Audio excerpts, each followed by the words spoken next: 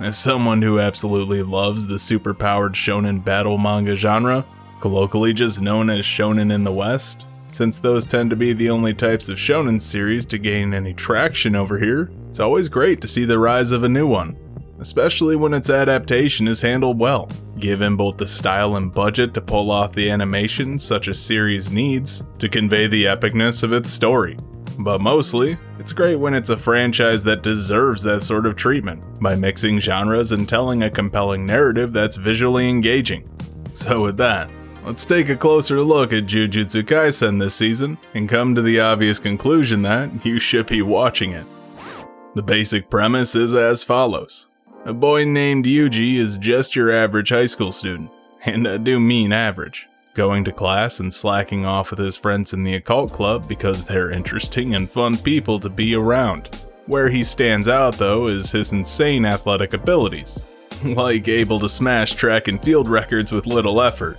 And I mean like beating the shot put world record by like 7 meters and never having done it before, that sort of deal.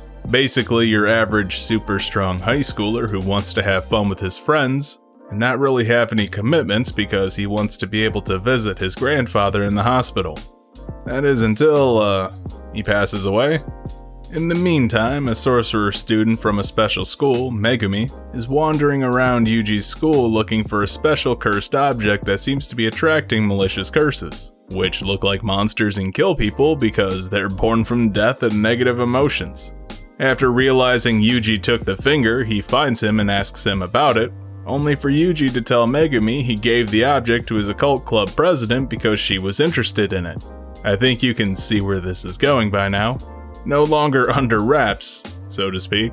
The cursed object draws curses accumulating around the school to absorb its power, giving them a huge boost. Yuji and Megumi, realizing the danger, rush back to stop them, but it's too late, and Yuji's friends are about to get killed. Megumi tries to save them, but at the last second, Yuji, wanting to honor his grandfather's memory by not allowing people to die all shitty like he did, rushes in to save his friends, snatching away the cursed finger thing, and that's when he becomes the next target. But humans without their own cursed energy can't hurt curses, so Yuji nearly gets killed trying to beat the monster until he absorbs the finger's power, giving him some amazingly powerful ancient evil curses power to kill the thing. So now the evil spirit named Sukuna is inhabiting Yuji's body, and he can call on him to use his strength when needed. On paper at least. The downside to that is Yuji's sentenced to death by the sorcery high brass, but that's put on hold since he can absorb the parts of Sukuna's body while maintaining control, meaning he can absorb all of the parts, allowing them to kill Sukuna once and for all. So we have our character, a motivation, and at long last, a goal. So what makes this anime stand out? That's kind of a complex answer.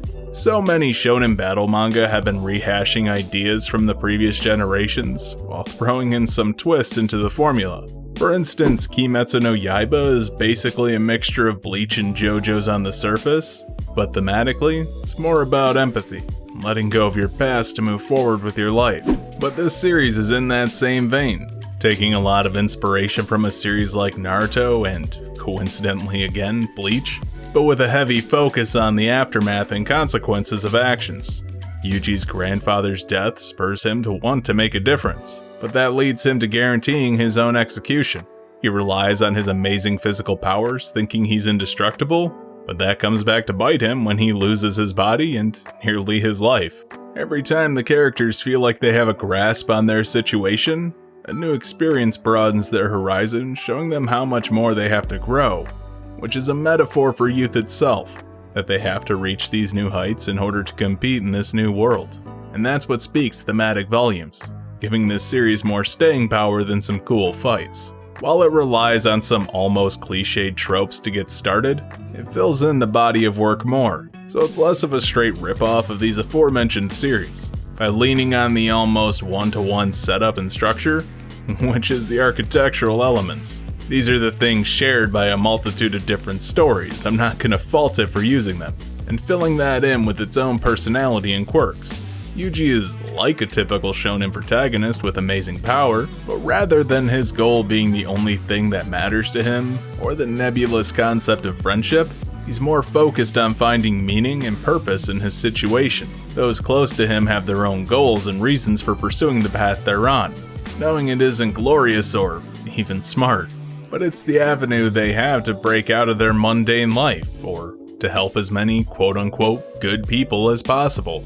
And while these goals both conflict in depth and scale, the characters don't carry petty grudges or act antagonistic towards one another like so many other teams do, showing a deeper connection that these people legitimately care about one another, which makes the audience more invested in them as people. If I had to pin it down, I would say this is a more thoughtful approach to shonen, using the battles and tropes to explore the implicit concepts this series has, more in depth. Getting into the animation for this series, it's absolutely phenomenal. Mappa's really been packing a punch these last few seasons, reminding us all why they keep getting work, and if they would keep up this sort of effort, I would respect them more. But every part of this series drips atmosphere, especially when leaning into the horror elements for the curses. Many have a different line work and interesting designs that set them apart from everything else. This is a subtle way of conveying the alien and unnatural nature of these creatures. This is shown in the protagonists as well, as when they use their sorcery techniques, that's also a mystical element, drawing a connection between their powers and the monsters they're fighting. The shading and color in this anime really sells the creepy horror aesthetic when it wants to, using a ton of dark colors, shadow, and letting things remain a mystery just long enough to build tension. But how these characters move, holy hell, the battles are something to marvel at, is something I'm even more interested in. Due to the nature of the characters, there's a mix of style, from animal companions, ranged attacks, to actual fistfights. The choreography for these is, well, pretty great, letting hits carry weight. A mixture of wide shots to show the scope of the action happening with close-ups to feel the moment of actual impact sells not just the pain behind the hit, but the supernatural nature of these battles. And stitching that together is some excellent camera work, where the series employs a floating camera for entire stretches, showing characters moving while the viewer tries to keep up. These shots are way more technically impressive than people realize, and when done well, they look amazing. I'm really impressed with how this whole thing looks, and it gives me a reason to come back every week. So, is Jujutsu Kaisen worth your time? Absolutely. From an engaging story, interesting characters, relatable theme, and great animation, it's hard to find a shonen series so well put together on every level like this. But on top of that, it's hard to find an anime that's able to pull off horror. And while this isn't the best at it, it still manages to build suspense, which is more than I can say about most anime. The only people who probably wouldn't enjoy this are those who find anime fights tedious. But even then, there's a lot this one has to offer besides action. It's definitely worth a watch, and I have a feeling I'll be picking up the manga from this series too. Hey, you made it to the end of the video. Don't forget to like, comment, subscribe, share, and do all the other YouTube stuff to help the channel grow. You can also join my Discord with a link down in the description, and if you really want to support me, you can head on over to my Patreon. There you can pick up some extra perks like voting on what I do next. Thanks for watching.